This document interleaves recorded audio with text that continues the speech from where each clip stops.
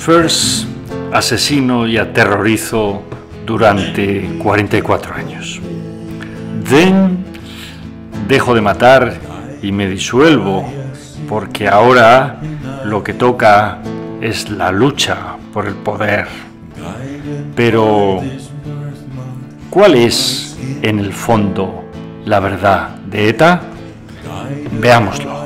Bienvenidos al nuevo episodio de Política, Filosofía y Economía.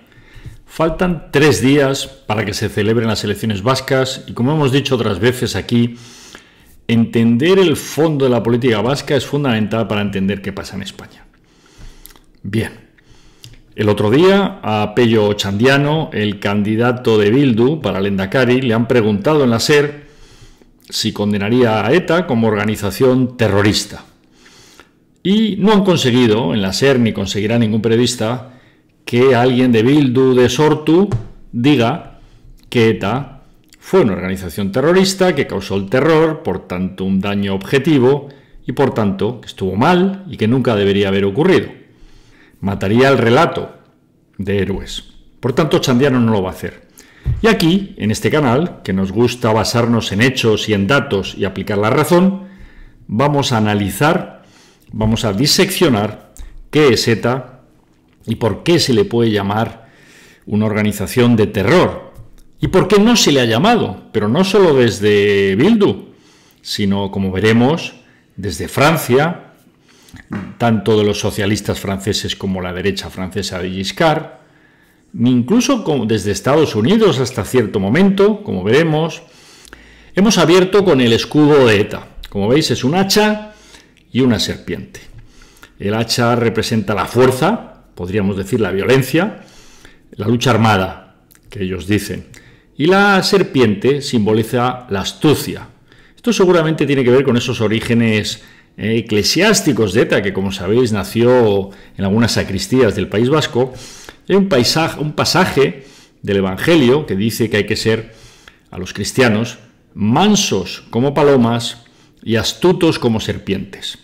Bueno, los etarras, y veremos por qué, se cogen solo la segunda parte de la frase, es decir, vamos a ser astutos como serpientes. Y esa astucia es la lucha política, el partido político y toda esa entramado, digamos, paralelo a la violencia.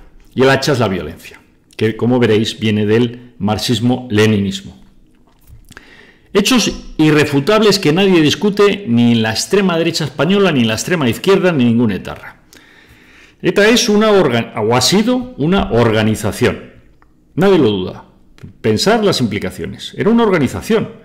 No son 4 locos desorganizados que se han perdido la cabeza y que hacen acciones aleatorias. No, es una organización con una jerarquía.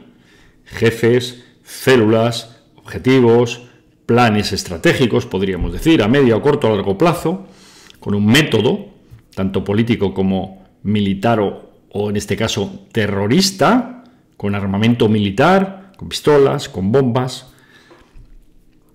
¿Cuál es la diferencia entre llamarle organización armada, como la ha definido Pello Otxandiano, y organización terrorista? Insistimos, es una organización, nadie lo discute. Era una organización armada, nadie lo discute, desde pistolas, goma 2, explosivos, bombas, bazocas, incluso tenía alguna misil antiaéreo que les descubrieron en un momento dado uno de los zulos en Francia. La diferencia entre armada sin más y terrorista es básicamente una diferencia o moral o legal. Legalmente, cuando estás autorizado, obviamente no eres una organización terrorista, y un fundamento básico del Estado moderno se considera que es afirmar que el Estado tiene el monopolio de la violencia, o el monopolio de la fuerza, si lo queremos decir más suave. Sin embargo, si la organización armada tiene armas es ilegal, podemos decir que si ejerce esa violencia está ejerciendo el terror y por tanto sería una organización terrorista. ¿Cuál es la diferencia si somos un poco objetivos, y ya sé que es difícil serlo en este tema, entre legal y ilegal? Pues básicamente es la diferencia entre ganar y perder.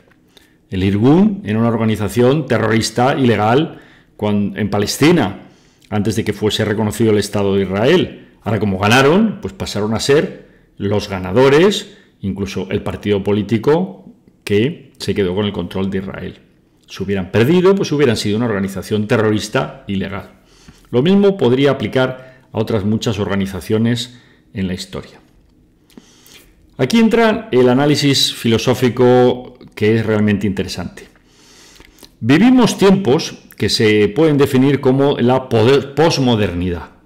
Todos conocéis lo que es pues, la época antigua, medieval, la Ilustración, la modernidad, y ahora estamos desde hace ya décadas en la posmodernidad. Algunos pensadores, como Bauman, que ha sido premio Príncipe de Asturias, prefieren llamarla modernidad líquida más que posmodernidad, y veremos las principales diferencias. ¿Qué ocurría antes de vivir en esta posmodernidad o modernidad líquida? Pues antes la verdad era algo objetivo. ¿Quién definía esa objetividad?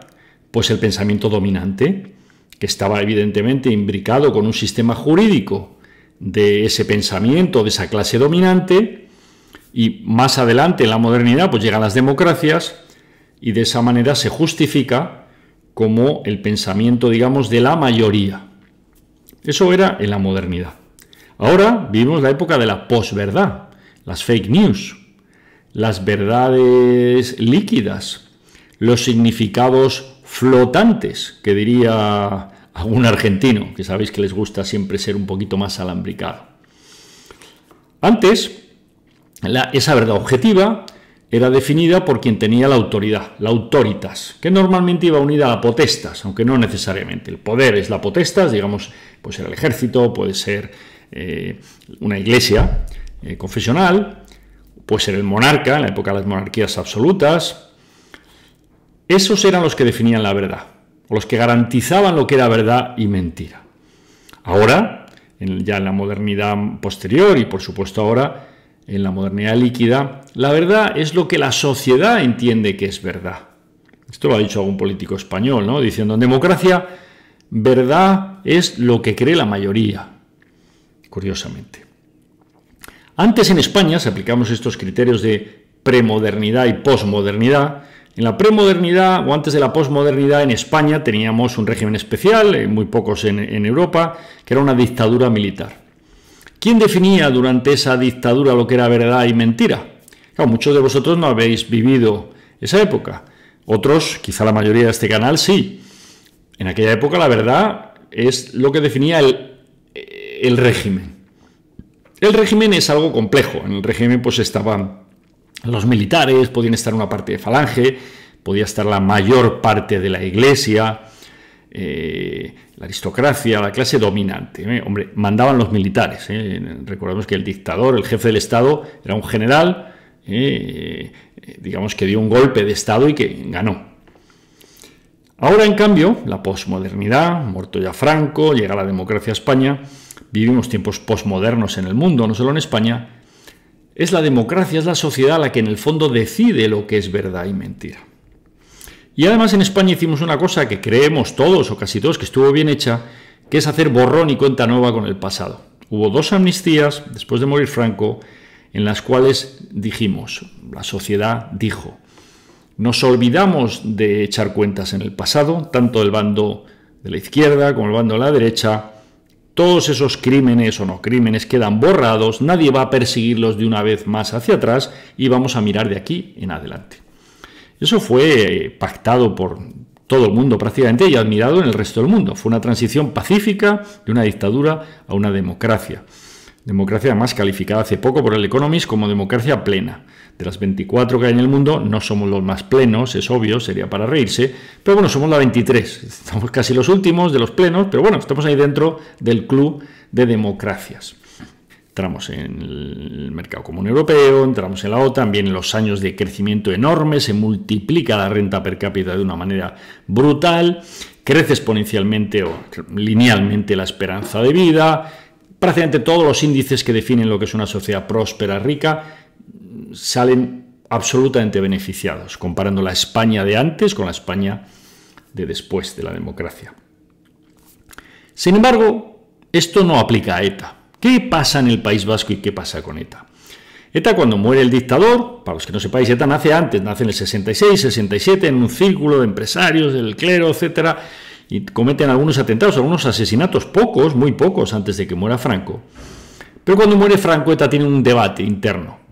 Y en sus asambleas, lo que se llamó la Quinta Asamblea, la Sexta Asamblea, había algunos partidarios de parar la lucha armada o de abandonarla totalmente o dejarla solo como garantía de que se iba a poder luchar políticamente, y otros, que fueron los que ganaron, lo que luego se llamó ETA militar, decidieron que no, que había que continuar la lucha armada, como ellos le llamaban, es decir, el terror. Seguir asesinando a los que ellos definían que eran sus objetivos. Es verdad que los definían. Policías, guardias civiles, en un momento dado algunos periodistas, algunos jueces, políticos del PSOE, políticos del PP, nunca un político del PNV, y luego además extorsionaban a los empresarios diciéndoles tenéis que contribuir a la lucha del pueblo vasco con vuestra aportación económica.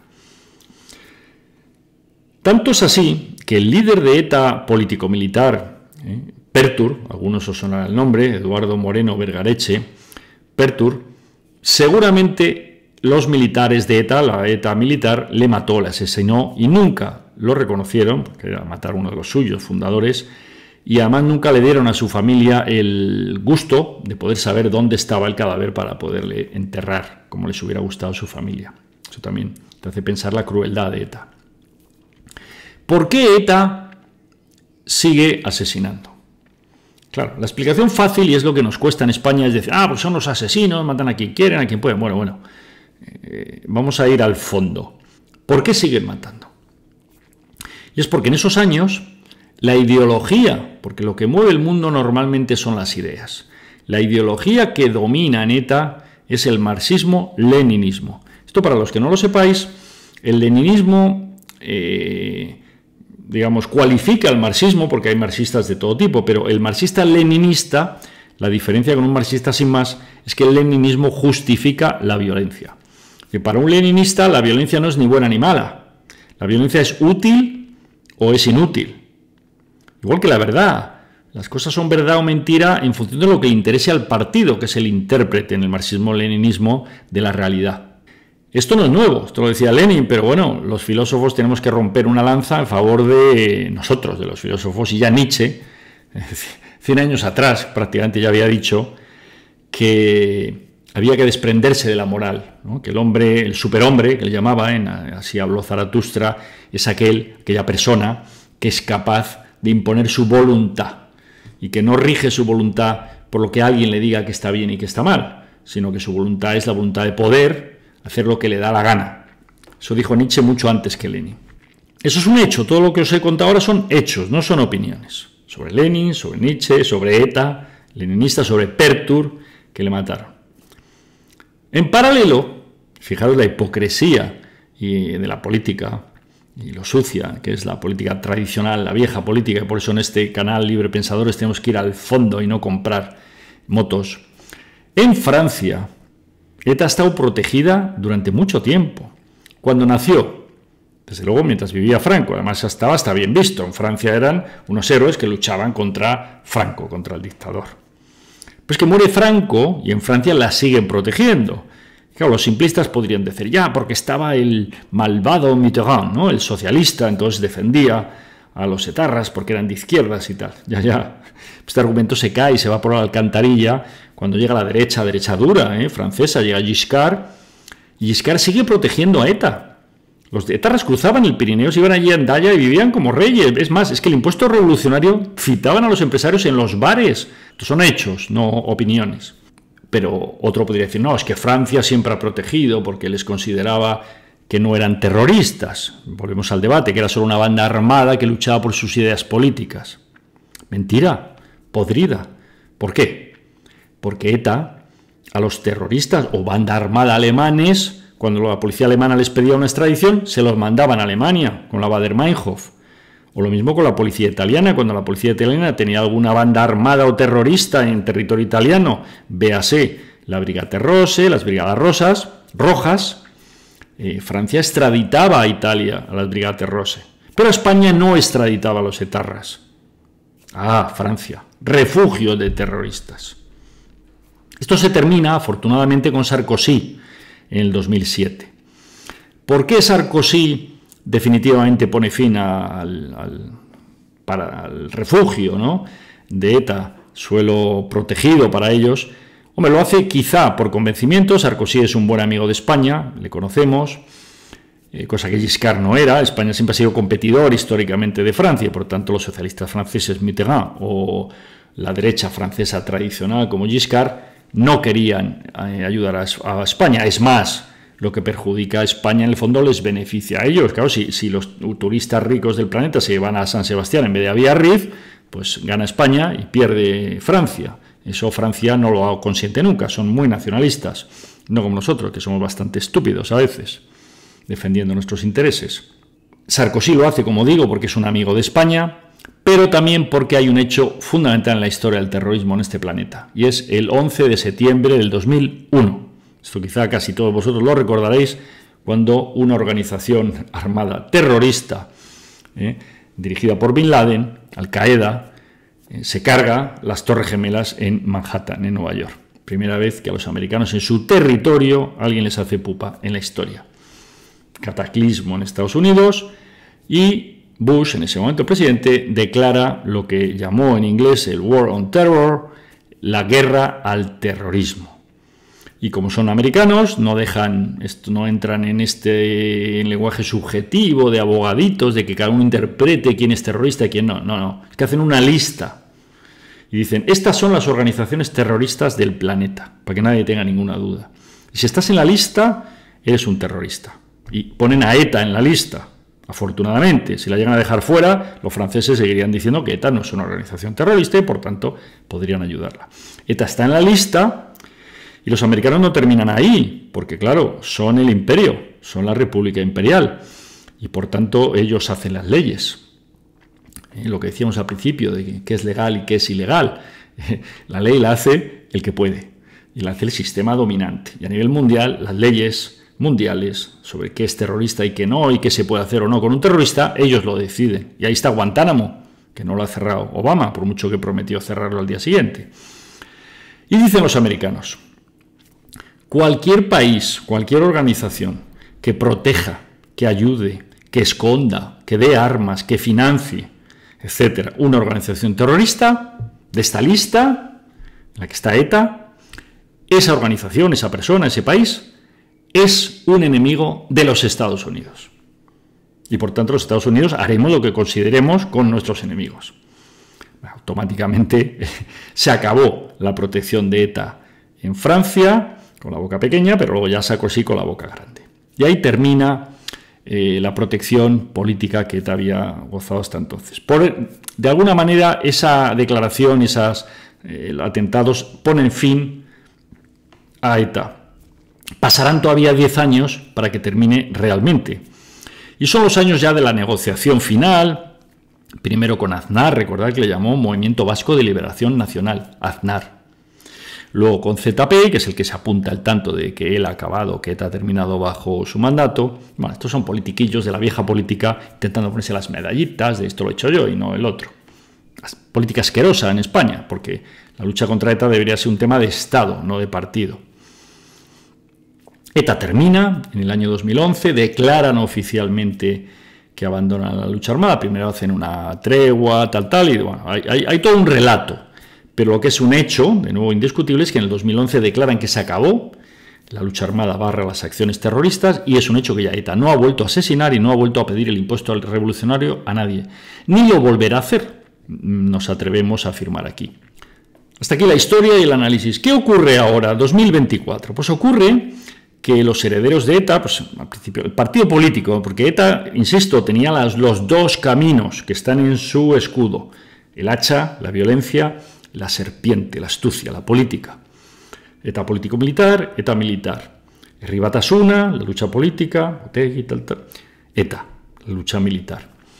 La lucha política, en un momento dado también, cuando las Torres Gemelas, etcétera, se ilegalizan ya los partidos que apoyan a ETA, nadie lo discute en el planeta, gracias a que Estados Unidos había declarado que ETA era una organización terrorista, y ETA se da cuenta que no va a ningún lado con la lucha armada, tiene que dejarla.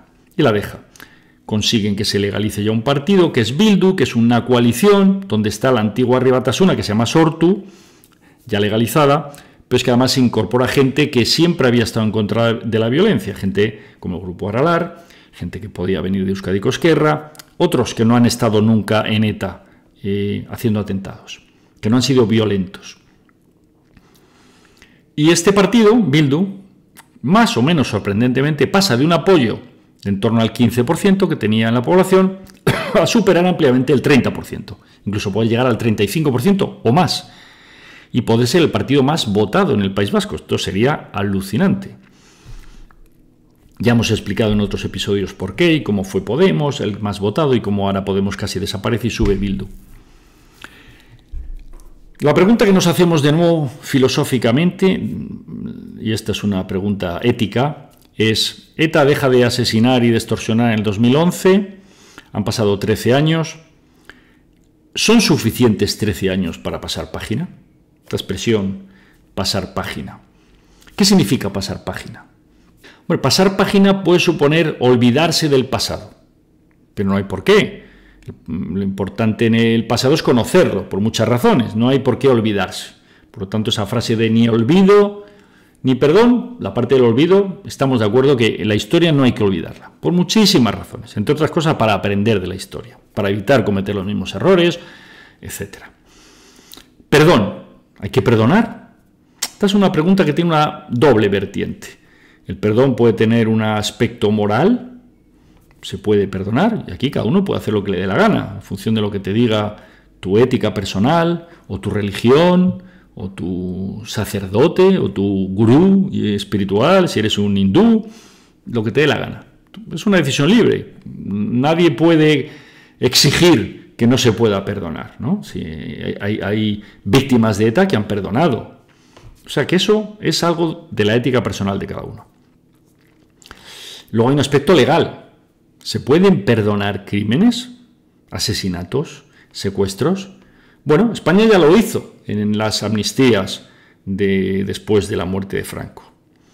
Quizá, por tanto, poder exigir ahora que haya que perdonar de nuevo, pues es ir demasiado lejos. Y yo creo que casi nadie se plantea de nuevo una amnistía a los presos terroristas de ETA que mataron durante la democracia, mientras que otros, incluso antiguos etarras, habían decidido dejar de matar. Pertur, el que mata a ETA, o algunas mujeres muy importantes en ETA, como fue Joyes, esta lo que hizo fue negociar con el gobierno, decir, bueno, yo me arrepiento de haber sido etarra, quiero continuar con mi vida, negocio con el Estado, cumplo una serie de años de cárcel y después ya salgo y me dejan vivir en paz en mi pueblo porque tengo una hija pequeña, etc. Bueno, ETA le asesina a Joyes por la espalda, le pega 2 tiros mientras iba de la mano con su hija pequeña. Crueldad. Recordad, marxismo-leninismo. La violencia no es mala o buena, es útil o no es útil. En este momento, los que mandaban en ETA deciden que hay que ser ejemplares. Y con una de las suyas, una mujer, madre joven, la matan delante de todo el mundo en el pueblo para que quede claro el mensaje. Es decir, aquí no se negocia con el Estado. O negociamos nosotros, organizadamente, no cada uno por su cuenta. No hay libertad de negociación en una organización terrorista, marxista-leninista. Y ahora ya siendo prácticos, ¿qué está pasando en el País Vasco y en España? Pero nos vamos a centrar en el resto de España. Vamos a centrarnos en la parte de España que es el País Vasco, en la comunidad autónoma vasca. ¿Qué está pasando? Lo que está pasando es muy simple. Hay una lucha por el poder. La política es la lucha por el poder, la conquista del poder y mantener el poder una vez conquistado. Esa es la esencia de la política, que no os cuenten milongas. Y ahora hay una lucha. ¿Por qué? Porque el poder en el País Vasco lo ha tenido prácticamente siempre de forma hegemónica el PNV, Partido Nacionalista Vasco, que por cierto protegió a ETA. Son los padres de ETA, muchos de ellos. Luego la han protegido, la han alimentado, luego a lo mejor la han dejado de alimentar, simplemente la protegía, pues ya no le daban de comer. No, al principio le daban de comer, le daban la paga y los hacían crecer. Luego ya los escondían. Luego ya les decían, les daban una patadita al culo y decían, bueno, chavalín, vete a Francia, a mí no me líes. Y luego poco a poco se han ido separando de ellos, ¿eh? Y ahora parece ya que el PNV pues hasta critica a ETA y dice que eso no tenía que haber ocurrido nunca, etcétera, etcétera. Bueno, recordad que PNV son en su esencia jesuíticos, son la parte de la astucia de la serpiente, ¿no? Ocurre que por primera vez en la historia reciente del País Vasco, PNV puede no ser el partido más votado. Y eso haría desequilibrar la nave, no ahora a corto plazo, pensamos, pero sí en unas siguientes elecciones de aquí a 4 años o como mucho en 8, si eso continúa, la izquierda vasca que está aglutinando a todas las izquierdas, marxistas, no marxistas, leninistas, no leninistas, republicanos, no republicanos, todos los que votaron a Podemos, todos los que votaban al Partido Comunista, incluso muchos jóvenes que votaban a los socialistas, ahora van a votar a Bildu y pueden seguir haciéndolo, y Bildu podría llegar a tener mayoría absoluta en el País Vasco. No es absurdo pensarlo. Por eso hay una lucha bastante fuerte por el poder en el País Vasco. No demasiado fuerte, todavía no es una lucha terrible, atroz, brutal, porque el PNV sabe que va a gobernar.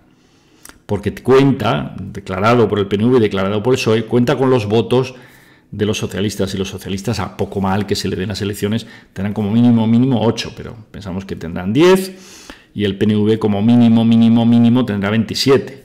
En esta época de posverdad, en la que vivimos todos, todo vale. Entonces, ¿qué pasa con el PSOE? Como todo vale, todo es alucinante, el PSOE ahora que se han puesto nerviosos, no sea que bajen mucho y pierdan de 10, puedan pasar a 8 o a 6 y se peguen un galletón en el País Vasco, como les pasó en Galicia, pues todo vale. Entonces ahora se han quitado la máscara y se ponen a criticar a Bildu y al candidato de Bildu, que además no es Otegi, que es un chaval, entre comillas, 41 años, doctor en telecomunicaciones, que se apuntó a Sortu en el 2011, cuando ETA ya dejó de matar. Le dicen que es un cobarde, porque no llama a ETA organización terrorista. Entonces llaman cobarde y vil y todo tipo de improperios. Y lo hace no solo el candidato del PSOE para las elecciones, Eneko Andueza, que es alguien, digamos, de poco peso específico. No, es que lo hace el PSOE de Madrid, es que la portavoz en España, ¿no? Pilar Alegría, ha repetido y ha acentuado. No, son unos cobardes por no condenar a ETA, ¿no? Y a la vez negocian con Bildu. Pero es que tienen un acuerdo escrito. Bueno, hasta se filtró un documento, la reforma laboral, que la había firmado Adriana Lastra con los líderes de Bildu en Madrid. O sea, tienen acuerdos formales, algunos incluso escritos, con Bildu para España, y ahora cuando faltan unos días para las elecciones, les insultan y les critican. Insisto, vivimos en la posverdad, todo vale, ya lo decía Nietzsche, luego lo dije Lenin, y ahora pues lo dicen los politiquillos estos que tenemos, birrias, en España, donde pues es verdad o es mentira lo que me interesa en cada momento. Este es el tema que queda pendiente. Evidentemente los que ganan son los héroes. Washington pues es el héroe en Estados Unidos porque ganó. Bolívar es el héroe, ¿no? En Hispanoamérica porque ganó. San Martín, Fidel Castro es el héroe en Cuba. Khomeini, pues un héroe en Irán, la revolución de Irán. ETA no ha ganado, no ha conseguido el Estado independiente vasco, pero claro, ellos saben que es mentira ya un Estado independiente en Europa, en la Unión Europea. ¿Dependiente de qué? Nunca vas a tener moneda propia, todos estamos en el euro, tu ejército es más bien simbólico, porque al final estás en la OTAN y quien decide lo que está bien y mal es Occidente, entonces pues los malos son los que atacan a Occidente y los buenos somos los occidentales. Queda la parte simbólica y queda la pasta, la gestión de la pasta, que es lo que importa. Y esto lo saben los de Bildu y lo sabe el PNV, lo intuye más o menos el PSOE, que han tocado poder alguna vez en el País Vasco, lo intuye el PP, que no ha tocado poder nunca, quizá en algún ayuntamiento, pero desde luego la guerra atroz entre primos, por lo menos que son los etarras y los del PNV, cuando no padres e hijos, la lucha es atroz. Solución y conclusión a todo esto. ¿Qué es bueno pensar? ¿Qué es bueno entender por qué unos de ETA hicieron lo que hicieron y cómo no vamos a conseguir los demócratas que digan que eso estuvo mal y que fue terror y tal? Porque no lo van a hacer, porque sería matar su relato. Ellos necesitan ganar el relato. Vivimos en la posmodernidad, aquí es verdad y es mentira lo que la sociedad interpreta que es verdad y mentira, y eso es el relato. Que puede ser verdad o puede ser mentira, objetivamente, pero da igual. Lo que importa es lo que la gente piense que es el relato. Bildu lucha por su relato, el PNV lucha por el suyo, que está cambiando la historia. Pues recordad que PNV, claro, que apoyó a ETA durante mucho tiempo. PP tiene un relato bastante coherente, salvo en su alianza con Vox. PSOE ahora mismo está en absoluta incoherencia. No se puede ser más incoherente que decir en Bilbao que los de Bildu son unos cobardes y en Madrid pactar con ellos. Esto es impresentable, yo creo que hasta en la modernidad líquida, porque claro, una cosa es cambiar tu criterio y otra cosa es sostener una cosa y su contraria a la vez en el mismo momento, que es lo que está haciendo en este momento el socialismo español, el PSOE español. Sánchez supera ya a Maquiavelo y a cualquiera. La solución, en nuestra opinión, es aceptar que las cosas no son blancas y negras, es lo primero. Segundo, aceptar que España lo hizo muy bien en la transición en este sentido, con las amnistías. Se pasó página sin entrar a purgar ganadores y perdedores. Ese gesto, ese cuadro, ¿no?, también del Congreso, el abrazo, ¿no? Los dos bandos, o cuatro bandos, porque aquí todos están los dos bandos izquierda-derecha y luego separatistas vascos, catalanes, el abrazo y a partir de ahí hacia adelante. Quien tira hacia adelante y luego hacia atrás es un traidor a ese abrazo. Y es lo que está pasando con algunos separatistas. Se han aprovechado hasta ahora del abrazo y ahora, como el abrazo no les parece suficiente, quieren más dinero. No es que quieran otra cosa, más dinero, gestionar más presupuestos generales. Quieren el cupo. Ahora todo el mundo quiere el cupo vasco. Y no se lo pueden dar, pues si le dan el cupo vasco a los catalanes, luego querrán el cupo vasco los de Baleares, y luego los de Valencia, y luego los de Canarias, y luego los gallegos, y veremos a Feijóo pedir el cupo, incluso a Ayuso. Aquí cupo para todos. Nadie quiere ser el tonto en el club, o el tonto de la familia. Insisto, aceptar que ya hubo una amnistía, aceptar que fue ejemplar esa transición, ir poco a poco pasando la página de la violencia lamentable de ETA durante todos estos años. 13 años seguramente no es suficiente para mucha gente honesta, y por favor, que los políticos que no tienen ninguna ética y ninguna moral, que no utilicen el dolor ni de unos ni de otros para sus intereses espurios. No dejemos que políticos mindundis manipulen nuestros sentimientos. Hasta el próximo episodio, Libre Pensadores.